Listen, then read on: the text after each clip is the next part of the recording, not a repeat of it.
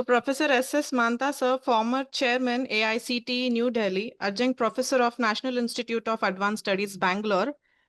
Dr. Manta, sir, also held leadership roles as Chancellor of Yale University and Pro-Vice Chancellor of SNDT Women's University, where sir implemented initiatives to promote transparency and accountability in education. Sir has contributed to the formulation of national policies on technical education and quality assurance, also known for his work in fostering academic industry collaborations to enhance practical learning.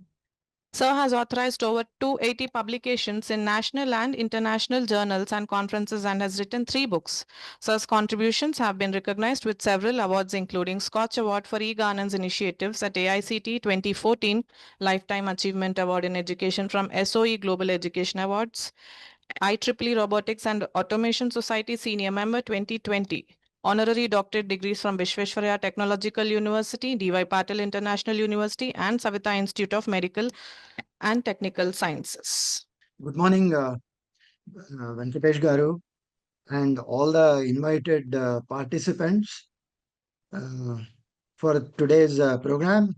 It's a good initiative, Professors 360, to connect all the professors on a single platform and share some of the best practices that each one may have. And it certainly helps in networking, in collaborations, and so on. This is a world today which thrives on collaborations, and we must look to collaborate with the best in the business, whether it's for research, whether it's for starting of new programs, or whatever is the academic activity that one probably would look at. So therefore, networking and collaborations are extremely important. And I'll take you through a small presentation where I will try and get across to you with what exactly is academic networking, collaborations, academic collaborations, then what are the initiatives that the various universities have followed in the world, and what are the initiatives that we are following in this country, and so on. Of course, a lot of it would be useful for your accreditation, your ranking systems, and so on. Not only the Indian ones, but also if you're participating in the accreditation programs that originate from outside. So it's all building quality in the system. And two important parameters for building quality is collaborations, networking with not only with your sister institutions, universities, but also with the industry and so on, so that some of those best practices can be brought into the university systems, and also uh, create something that is innovative, that's useful, that connects the society in terms of new processes, new products, or improvements in existing processes, existing products, not only within academics, but also in the entire ecosystem. So let me share a presentation with you, and I will try and take you across. We are talking of empowering the higher educational institutions through academic network and collaboration. Truly, collaborations are to empower higher education systems. We learn one from one and other, know what the other university is doing in terms of conducting its academics, in terms of its student interface, the industry interface, and so on. In short, we are all looking at networking and collaboration. So this is how we connect across the world. This is just a representation of what networking, and it's not limited to my institution and my neighboring institution, or my university and the another university in another state, but it's a comprehensive collaboration that we are talking about, a comprehensive networking that we are talking about. So academic collaborations, they are required in education, like I've been saying. They have been facilitating the exchange of knowledge, resources, and innovations, and they allow you to broaden the opportunities that are available, and also engages the institutions across the world. It involves creating connections, between institutions, between researchers, between scholars, between professors, to share information, best practices, and so on. And this can be local, it can be at the national level, it can be at the international level. And most of it is facilitated through digital platforms, conferences such as you are having now. And the digital platform, something similar to your Professors 360 and so on. They all foster innovation, research excellence, and they allow you to create international partnerships. And that's exactly what the national education policy also envisions in its documented report. As far as the collaborations are concerned, yes, there are joint efforts between institutions or individuals, to achieve the common goals. And it can be co-authored research. In fact, many of us are actually doing all this. We produce co-authored research, but the idea is not to co-author with a professor within the department, but go outside the department, go outside the institution, go outside the nation, and build networking scenarios with universities which are doing well in other countries as well. This helps, in exchange programs and collaborative teaching efforts and so on. Now, going further, this is how it looks like. We have government agencies, we have private organizations, we have academia, and one important cog in this whole effort is also industry. I'll also talk about a little industry collaboration after a little while. So when all these come together, we have truly achieved some collaboration that looks at the requirements of each of these stakeholders. At the global space, you have United Nations Academic Impact Program, where it aligns the higher educational institutions, with the sustainable goals that or the SDGs, where we are also signatory to the UN assignment. So we have global citizenship, sustainability, and peace as the motto of this. So all collaborations, in effect, whether it's between universities, institutions, or whatever, it must encourage, it must be committed to principles such as human rights, equal opportunity for education. There must be an intercultural dialogue between the institutions, between the universities, and so on. There is one more, a consortium for North American higher education collaboration. This is predominantly something that operates within the US, Canada, and Mexico. But their best practices can always be adopted because they produce reports which we must really look at. Then this is something more which tells you how, excellence in universities, you can conduct summits, you can conduct programs on innovation, make students an active participant in the program, bring the private sector, bring the universities, bring best of the regions, put all of them together, understand each one's requirement. And that is how the perception also grows about an institution, about a university, how much you make yourself available in the group of institutions, the group of universities, which ultimately helps in improving the perception. So what does all this do? It allows you enhanced research capabilities, so that you can share problems, you can participate, co-author publications, co-author patents, and so on. It gives you global exposure. Your students, your faculty can engage with the international peers. Resource optimization can happen. You can share your resources with the other universities' resources. You need not create everything for yourself within the university because that's a very expensive proposition. So you must collaborate and share resources. Then curriculum enrichment, you can share the best practices in some of the subjects like maybe AI, data sciences. Look at the curriculum content of other universities. Try and improve your own and make an inclusive curriculum and diverse curriculum and so on. All this allows you policy influences, collaborative initiatives can also influence educational policies when the government initiates documents like NEP 2020. They actually go through similar exercises in other countries and so on, bring in the experts, talk to them, and create educational policies which has the inputs from all those places. So we have some collaborations, the academic collaborations like Pair Grant and Saksham Network, which some of you may be aware of. IIT Indore pioneers this with a 100 crore grant. It focuses on sustainability, healthcare, and material science. The network includes 6 partner institutions and aims to enhance research capabilities across India. All of us must actually look at these kind of collaborations and try and create smaller versions of that within our regions, our universities, and so on.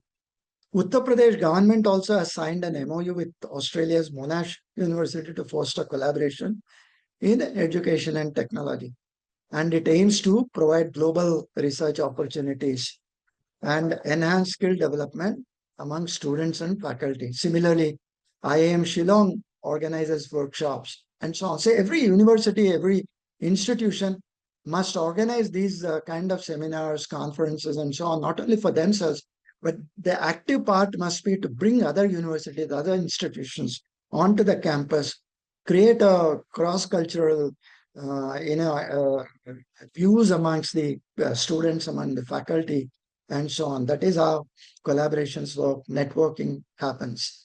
Networking doesn't happen if I just limit myself to my university, my people, my students, my faculty, and so on. That's not the spirit of networking, nor is the spirit of collaboration.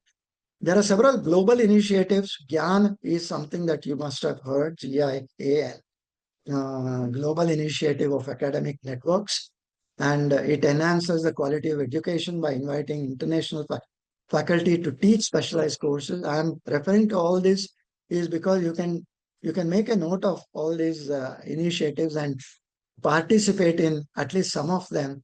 Write to the HRD, write to your partner institutions, and become a part of these assignments. IIT Guwahati conducted a course on explainable AI for cybersecurity under GYAN and so on.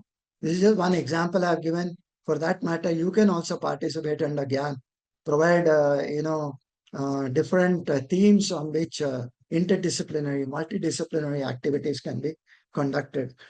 There is a memorandum of understanding with international institutions, which again the government facilitates global collaboration in education and technology, where I already cited Uttar Pradesh government signing some MOU with Monash University. While looking at all these activities, we must be very concerned about innovation, policies, teaching and learning, and emerging themes. All our conferences must look at basically these ideas. So when we talk about emerging themes, research networks, knowledge governance, affirmative actions, social responsibility, teacher training, social inclusion, all this become very important. Similarly, you have teaching and learning, you have policies, all this coalesce into what we call as innovation. So whether innovation is into teaching, creating new pedagogies, innovation is into, creating new processes, new products from an industry perspective, it all boils down to what is the innovation. And for that, we must understand policies, we must understand the emerging themes, and we must make adequate provisions within the teaching and learning processes. So there are a lot of benefits of academic networking and collaboration. Of course, there is enhanced research opportunities, which I have already said, global exposure. You can share resources, you can improve curriculum, and you can influence policies. Then there are also university industrial collaboration, because industry is a very important part of this entire ecosystem. We must look at 2-3 slides of what we can do with the industry. There are collaborations facilitating commercialization of research, leading to the development of new technologies and products. As an example, there's a partnership between IBM and Carnegie Mellon University, which resulted in smarter infrastructure lab focusing on data analytics, machine learning, optimize urban infrastructure, and so on. For example, if you have a civil engineering department, you could always tie up with L&T, projects division, and come out with new materials, new processes to build new building materials, new filling materials for repairing potholes, or create new develop new machines for these kind of activities and so on. All this is not just limited to IT and computer science and so on. You can bring it into every single dimension of education. Then and it improves the employability of graduates. So academic curricula will be aligned with current market needs. It equips students with relevant skills and so on. Now, one as an example, again, Abdul Kalam University in Lucknow, it collaborates with industry leaders to develop syllabi, ensuring graduates possess up-to-date industry-relevant knowledge. Though I've given you this example, it actually you most of you may also be doing it in some form or the other, but you can always enhance. Look at the industry around you, bring them on board. Even if there is not sufficient industry around you, you can always go to a neighboring region, neighboring city, or neighboring state and make these things happen. But the bottom line is you have to make them happen if you want to survive in times to come. So these are the mutual benefits of collaboration. There are multiple modes of collaboration. There are challenges, mitigation strategies, and we must also look at success stories. So there are some expectations that the industry has. There are some expectations that the academicians have. Industry expects market aligned courses, developing skilled manpower, solutions for concerns for their problems, and operational approach. That's what the industry looks at. As far as the academy is concerned, academics are concerned, you need funding and infrastructure, equal partnerships, placements, and feasible goals. Now, if we match these two requirements, we get a perfect collaboration.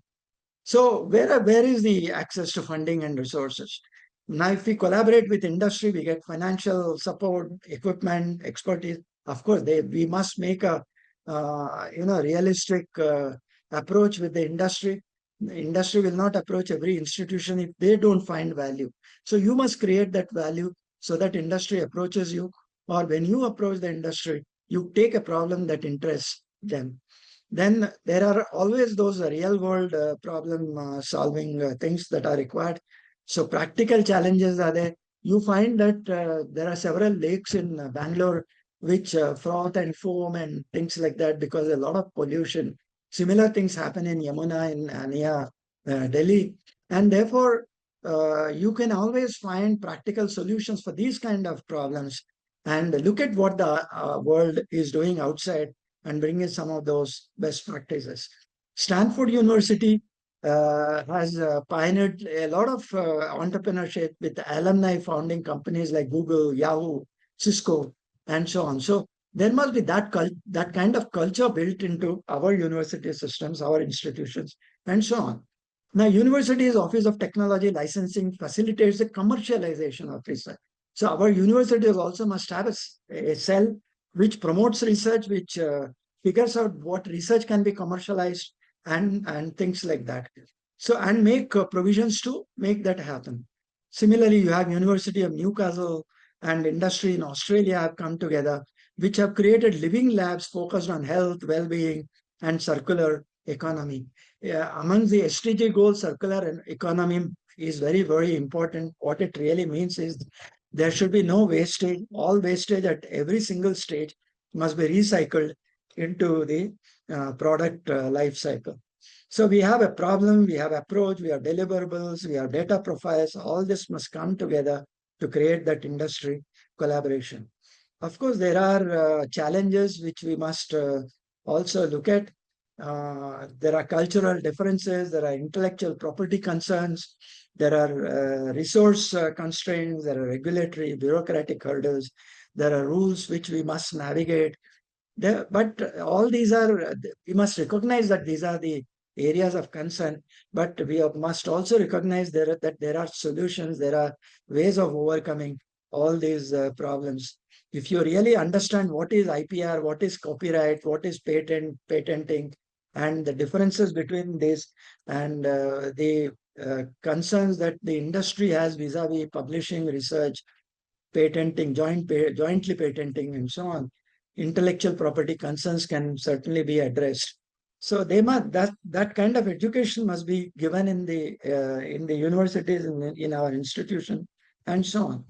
There will, of course, be cultural differences if you're collaborating with a cross-country organization and so on. So again, there are sitting across table, understanding the differences and trying to solve them is the only solution. As far as resources are concerned, we must optimize the resources. We must share resources, and if it is funding, we must work out such projects which can be funded by there are several organizations of the government. There is DST, there is DOE, there is biotechnology division. There are MSMEs which are funded. There are all kinds of. There is research foundation which is available today, which funds big projects and so on. So there's a complete list of funding resources available. We can share all that at some point of time. Mr. Venkatesh can be spoken to, and all these collaborations can be made available to you as well. Depending on, I mean, a kind of study will have to be done of the present situation, and then create systems and processes which can help you create those interdisciplinary, multidisciplinary research facilitations for that, and so on. Collaborations and academic networking, all that can be worked out based on that initial assessment of the institutions or the universities. Then, of course, there are regulatory and bureaucratic hurdles which is there in every situation. We must understand what it is and make adequate provisions. So, what are the strategies? We must establish clear communication channels, develop joint research programs which are interesting, which align with other universities or align with our industries, and so on. So we must understand what the industry actually needs, which means we must go to the industry, talk to those people, and understand their problems, and come back, create smaller teams within the university, try and create a initial paper, create a pilot study, and then again go back to the industry, allow them to participate in your research, and so on. So that's how the joint research programs grow. Then we can always have flexible intellectual property agreements with, in universities, where we promote innovation and knowledge sharing. Then sustainable funding sources should be explored. There are diverse funding avenues, like I said. There are government grants, there are private investments, and there are also industry sponsorships. And we must, in some way, foster a collaborative culture. So how do we make all this? There are virtual platforms available, like, the Zoom, which we are using now, the online networking collaboration platform. We also have digital repositories, platforms for sharing research papers, data sets. There are free data sets available in many, open access data sources, data sets available. Depending on the problem, we must make a pitch for accessing those data sets. There are also educational materials which enhance accessibility and collaboration available. There are also collaborative softwares available, like Google Workspace and Microsoft Teams. And of course, there's your own Professor 360, which Mr. Venkatesh has spoken about. That also works on similar grounds. And added to all this, you have Shodh Sindhu, you have National Academic Depository, NAD, an online storehouse of academic awards and digital formats. They promote authenticity and create academic credentials and so on. So all these are useful in our networking and so on. For the policymaker, it's very necessary to understand which is a niche institution which have found a way to operate at a small scale by maintaining focus on specific niche programs, niche research, and so on. On the other hand, we must also understand which are those large and thriving institutions which are doing good, really good in the market. And we must understand whether our institution that is at in the focus is a small and at risk institution, which means it is difficult to promote certain things in those institutions. And there are also large institutions which have a lot of resources, which have a lot of funding, but they are not really doing anything. They are languishing. So in our ecosystem, we must understand which institution fits into this quadrant and then work out methods to do that. So we must understand what we want to achieve, how we want to structure our collaboration, and which are those examples. I've given a chart here for example, you have Idea Lab, attract new partners, build relationships, generate options. Then how can you collaborate? Simple standardized contracts, open calls, outline research priority, internal selections, and examples are HP Labs, innovation research programs, IBM faculty awards, and so on.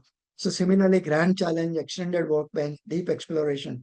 This is a nice chart to start off the collaboration and networking initiative. Some of the best cases within the country is Chakra by MUHS, Maharashtra University of Health Sciences, which has launched what is called a Chakra, Center for Health, Applied Knowledge and Research Autonomy, a center for excellence designed as a central innovation hub. Now, these are examples which you must look at and understand how they are doing things and bring back some of those best practices back into our own systems. It's located in Nagpur, focuses on simulation-based learning, interdisciplinary research, faculty development, and healthcare startups. Similarly, you have IIT Roorkee's regional collaboration for sustainable development, and you have Geetham University's international twinning and dual degree programs. These are some of the good things that are happening in the outside world, and we must look at what they are doing. Another is Ashoka University, which has established some collaborations with Penn University, Yale, and the University of Cambridge. Again, we must look at what they are doing, yeah, and bring back those best practices into our own systems. Another university with which I am associated as a chancellor, the RB University, we are partnered with companies like TCS, Microsoft, SAP, IBM to offer industry-enabled programs in computer science, IT, and built several technical excellence centers to support these activities. We also signed MOUs with European institutions, and these partnerships have enhanced our research capacity. We get more students, we get more research work, and then we can partner with institutions outside with similar interests and so on. And we also have an example of VNIT at Nagpur, which also has collaboration with TCS and things like that. So several hackathons have been conducted. Things like TCS highlighted that about 60% of the IT force in Pune and Mumbai hail from Vidarbha. This is an added advantage. Once we start doing it, these companies will also know that these are the institutions in second tier cities and so on, and they go there for placements for picking up good students and so on. So your placements also improve. More than everything, your perception improves. So those were the country specific initiatives. Now I have a few international case studies. University Alliance of the Silk Road, where China has collaborated. These are very unique. Don't look at what the political angle of that, but look at 132 universities from 32 countries coming together and creating something massive. Then you also have Hopkins Nanjing Center, which is a collaboration between John Hopkins University and Nanjing University, and this gets into all kinds of research for COVID-19. They did some work for COVID-19 and SARS outbreak earlier, prior to that, and so on. So all those examples are very good, citations for our future references. Now, within the academic industry collaborations, of course, testing and validation, education, society networking, support to the R&I ecosystem, and financial support. This is a European Union initiative which helps you in understanding how these industry collaborations happen. So there is again Middleburg Center. There is European Union initiative. There is also a Matariki network of universities, which combines New Zealand, UK, Canada, and so on. Then there is an Austrian Southeast Asian Academic University Network, and so on. Of course, there are all these are good practices. You should look at what they are trying to do and so on. But there are, like I said, there are many challenges as well. Collaborative research has a challenge at college level, national level, international level. Then recommendations to improve future research collaboration, scientific support, financial support. So there are ethical challenges, there are barriers facing research collaboration. You must look at this slide a little more closely in order to understand how we go about doing collaborative research. Then there are, of course, geopolitical concerns, increasing tensions between countries, and so on. Then there are universities which face risk related to espionage.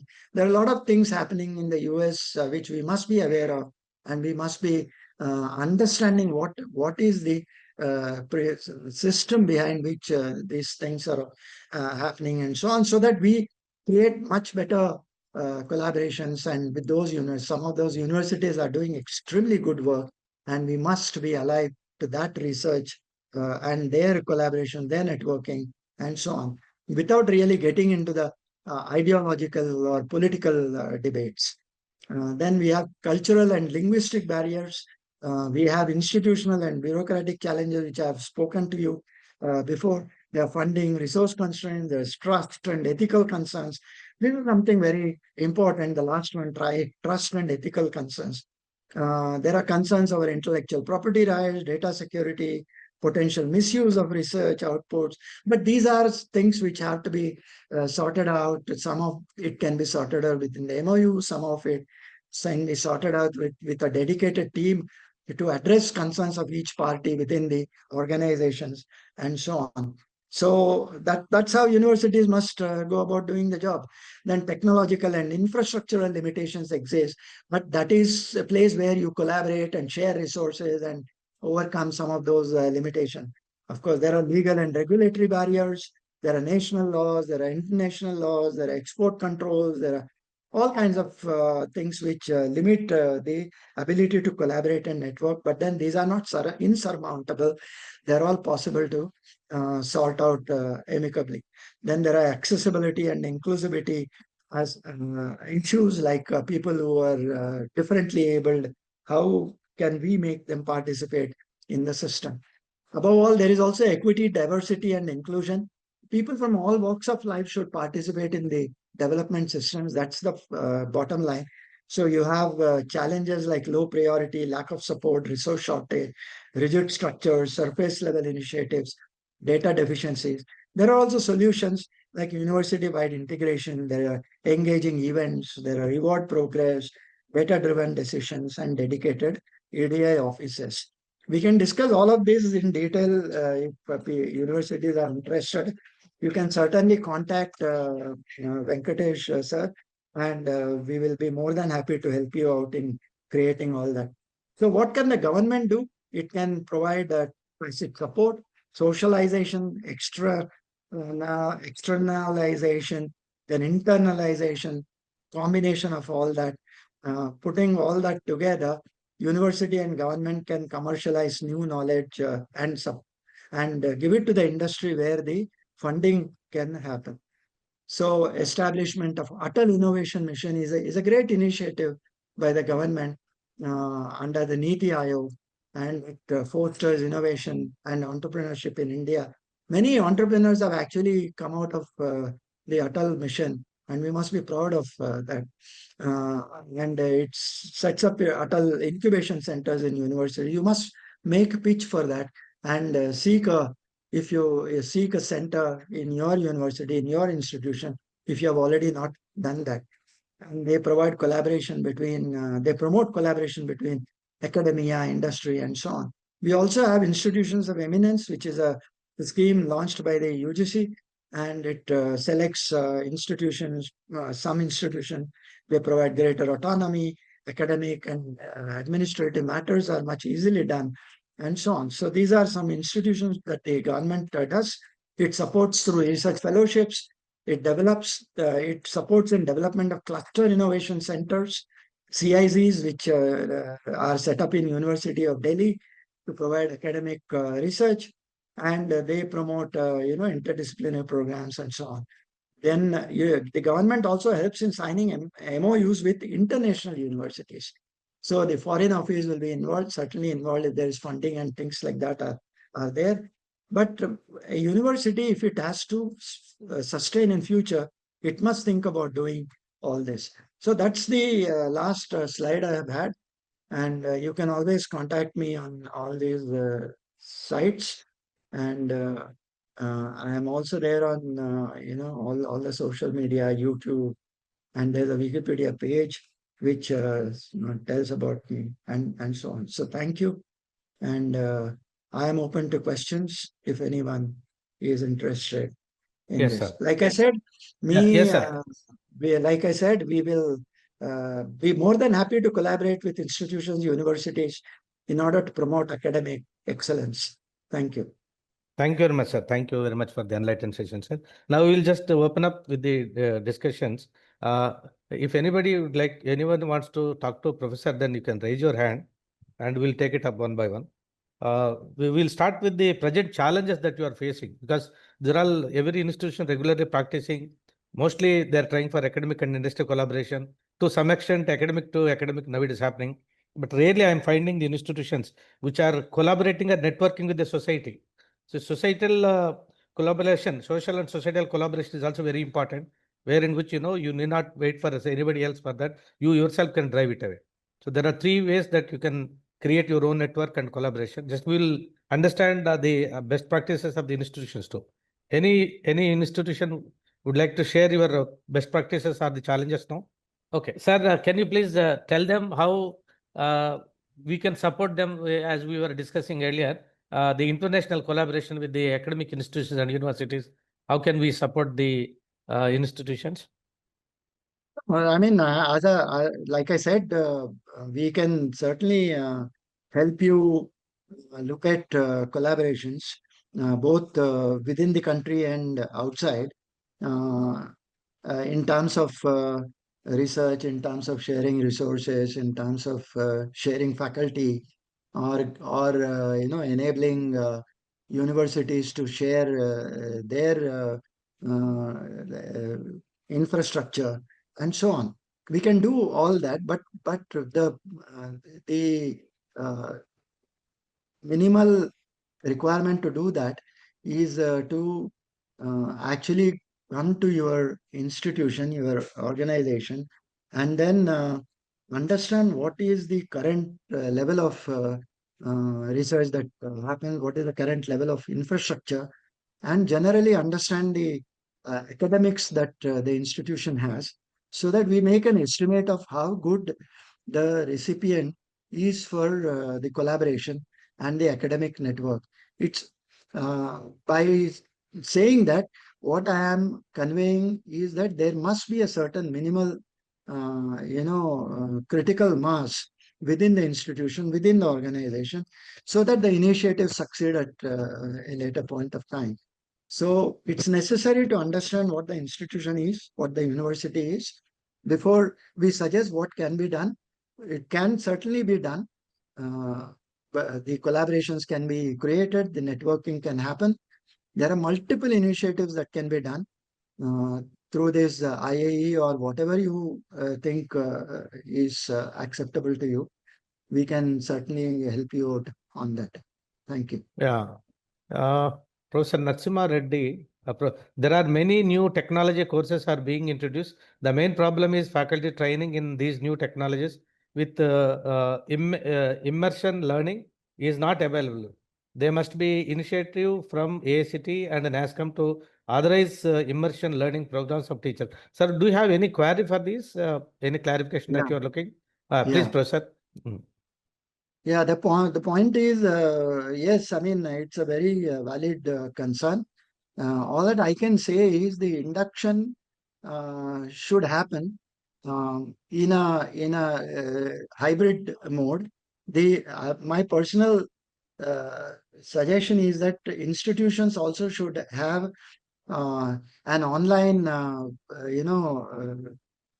part of the academics, where you don't actually run any degree or diploma programs on the online platform, but what you run are value-added courses. For example, you introduce a subject like maybe AI, and you want to train the faculty, then there are multiple courses available from Coursera. There are courses available from edX, Udemy.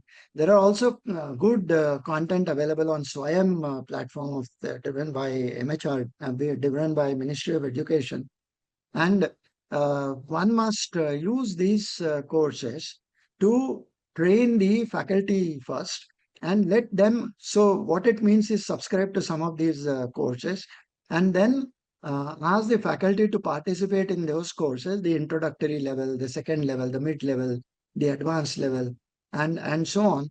And first seek certifications for the faculty, which means we ensure that certain basic understanding of those subjects are there for the faculty.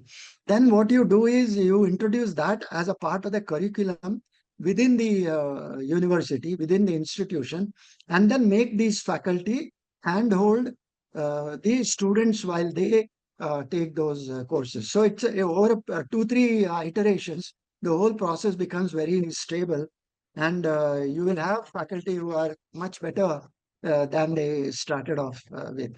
The other is to invite professors from other universities, institutions like IITs, like NITs, and make them, give expert lectures, mentor faculty, mentor, the junior faculty, and handhold the senior faculty with associated research and things like that. Everything has a plus side. It also has a downside.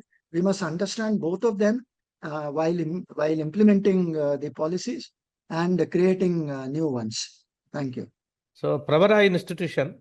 So they said Pravara Institute of Medical Sciences, School of Public Health and Social Medicine, Maharashtra. We have collaboration with the international universities like TCNJ, where we did collaborative research. Also through our institute, we are implementing projects related to public health with the UNICEF for immunization, which helps our students in gaining practical knowledge. So that is true. Yeah, can you please explain the impact of it, Madam Asavari Deshpande?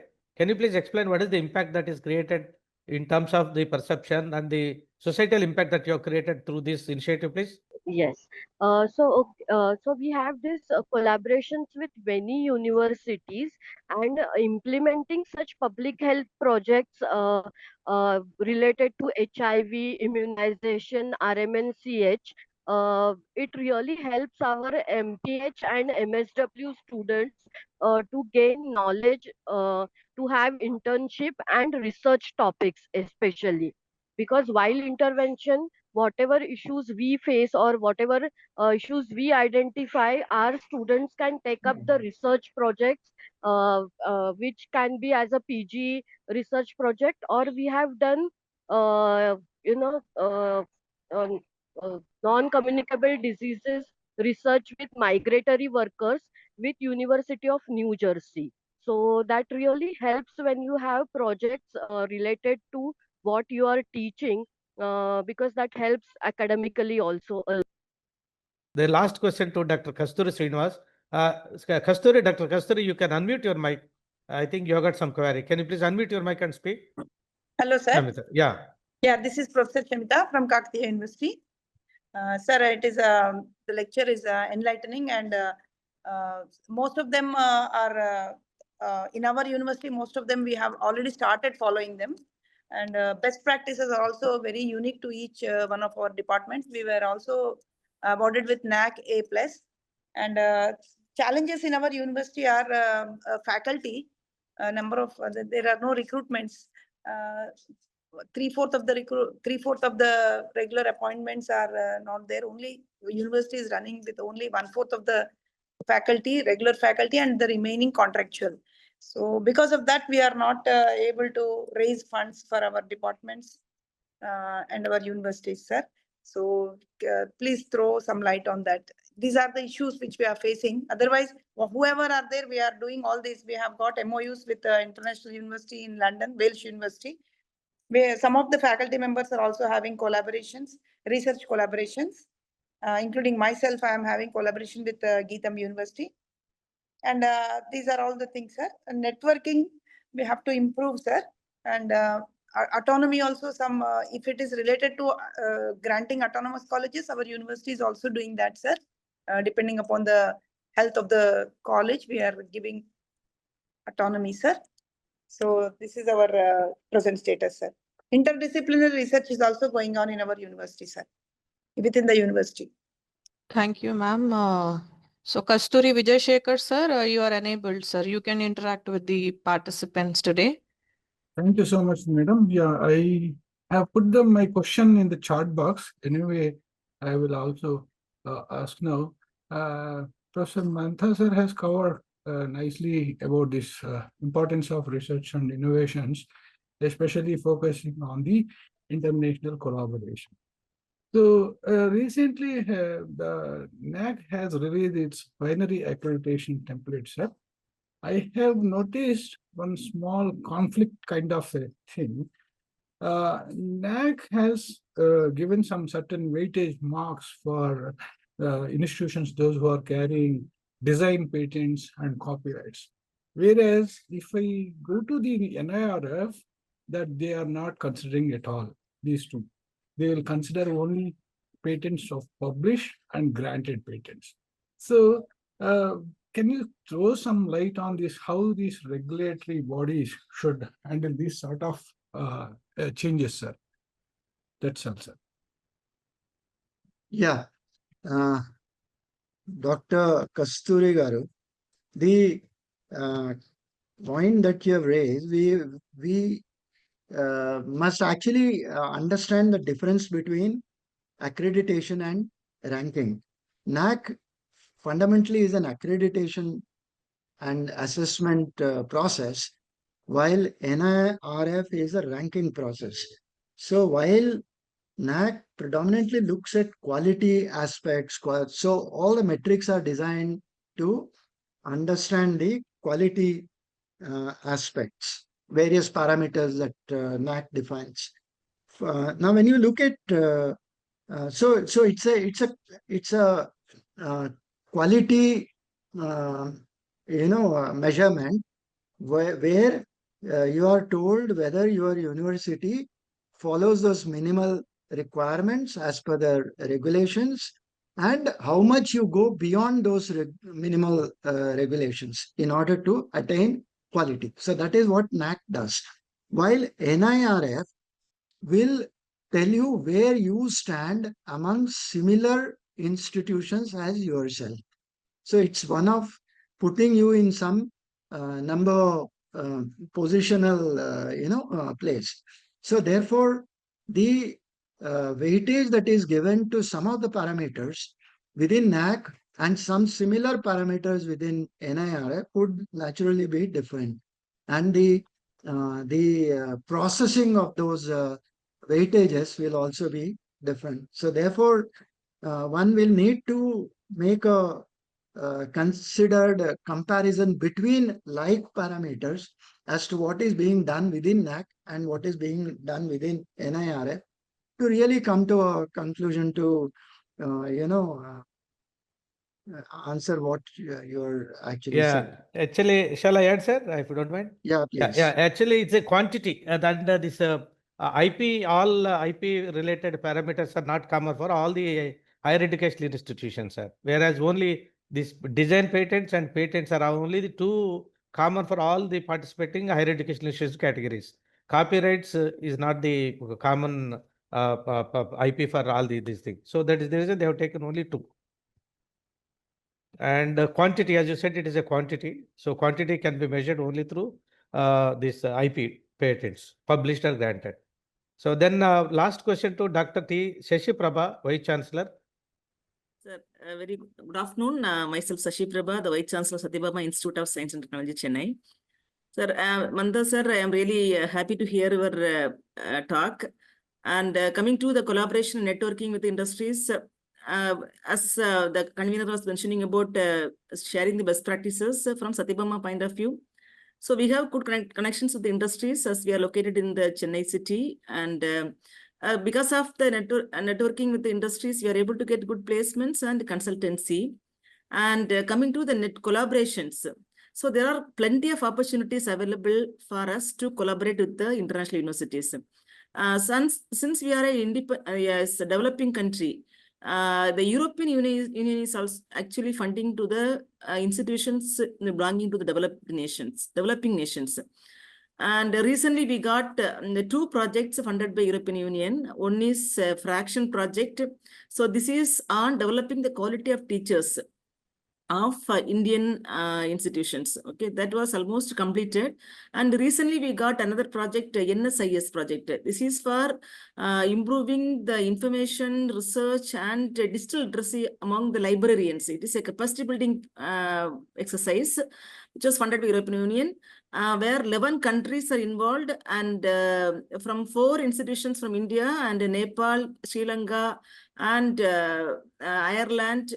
So like that, almost 11 countries involved in this project. It was totally for 1 crore of 8 crore, and it was distributed, and for us, we have got around 68 lakhs. So this is really a good exercise. Like that, so many opportunities are available. And one of the earlier another audience was mentioning about other public health projects. Like that, so much of projects are available, and European Union is eager to funding to these developing nations. And moreover, we can also invite research scholars from underdeveloped countries through NAM S&T program, CV Raman fellowships, Asian fellowships. So many fellowships are available. And as a good researcher, you can invite those researchers to our labs, and we can do the collaborative activities. These are some of the points I wish to share on this forum. Thank you. Thank you, madam. Thank you. Thank you, sir. Thank you for sharing, Mantha sir. Thank you for sharing your knowledge and expertise with us here today. Yeah. So, thank you. Just a point, Dr. Shashi Prabha said about the research in Satyabama University. I'm aware of some of the good work that they're doing, but there is a massive scope for, increasing some of the initiatives, such initiatives, not only in Satyabama University, but also in many other universities. Some of those universities are also doing in Chennai, in Andhra Pradesh. They're doing some good work in terms of research and publication. But all that I would want to say as a point to remember is that we should do research which connects the society. And of course, which will need that you go to the society, find out what the needs are, do a basic research there and bring back problems. If you understand the ecosystem that works in Germany, with Fraunhofer institutions set up by the Fraunhofer Society and Max Planck institutions set up by Max Planck Society.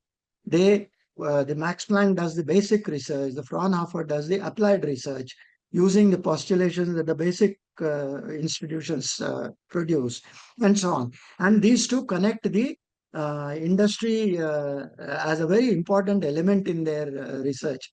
So all their programs, their research, everything is keyed to produce products, to improve processes, to improve things like that. And unfortunately, a lot of research happens in our country, but it doesn't connect with the industry and and maybe in terms of improving the industry processes and so on. So having said that, my request would also be to most of the universities to understand what those research problems are, which connect the industry, which connect the society, which are useful within the academics itself, and so on. So with that, thank you for inviting me. Thank you.